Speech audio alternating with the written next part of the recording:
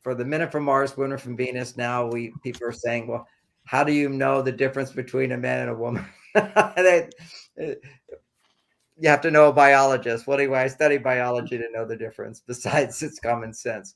And the biology is such that when we're in stress, there's always a hormonal a stress reaction is normal. It's a healthy thing. It's when we're chronically experiencing stress, that's what causes so many health problems inside of our body. It breaks down your digestion. When your body thinks you're being chased by an animal, you can't digest your food fully. So Right. that's everything. This is all of our nourishment. You can't have that. It also inhibits the immune function. Like your body says, don't worry about restoring health. We need to get out of here. So many of the functions of the body shift all to sympathetic, and we lose the parasympathetic function, which is action and relaxation. And the idea is that we're going through life active and relaxed at the same time. But when you have chronic stress, chronic cortisol, it causes adrenal burnout. It inhibits blood flow to the prefrontal cortex of the brain. When you're in danger, you've got to act on reaction. Reaction is all subconscious. It's all programmed in. It's automatic. So we really have no free choice at that time. And what that does to relationships when we experiencing chronic stress hormones. You may not even feel that you're stressed, but you're just sitting passively watching a TV show, which is when people do experience chronic cortisol levels. And at that time where you're being passive or you're not feeling loving and supportive and active and so forth, not that you can't have your rest time, I'm not getting into that, but the chronic cortisol levels in a man will always be indicative of low testosterone in him. And when a man has healthy testosterone, he's making testosterone, he's feeling successful, he's feeling confident.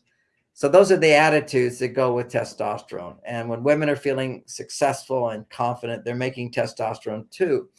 It's just that when women are stressed, the main factor that goes along with their feeling stressed is not feeling supported. Estrogen levels. Estrogen goes up when you feel I have support. I have what I need. I have enough time. When women are running around feeling I don't have enough time, or enough love, or enough money, these are our major stressors. And we think of that as stressful.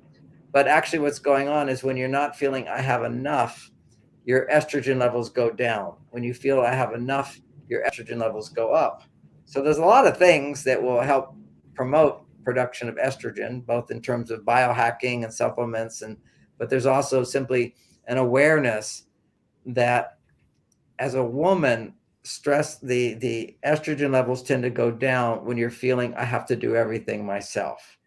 And this is a tough thing. It used to be very clearly that women couldn't do everything themselves. We're talking about thousands of years of evolution where women were dependent on men for protection. They were dependent on men for support when they were pregnant and feeding babies. And it was a biological interdependence where you really needed him. It's like I have a house cleaner and I have this little baby dog. And I'm so glad when she came because the dog don't know what it's going to do while I'm doing this meeting with you. Partnership. It takes a man and a woman to make a baby. It takes a man and a woman to raise a baby. And when you're missing what men used to give to women, which is women felt, okay, I can get what I can't do for myself. I have support. I don't have to do it all myself.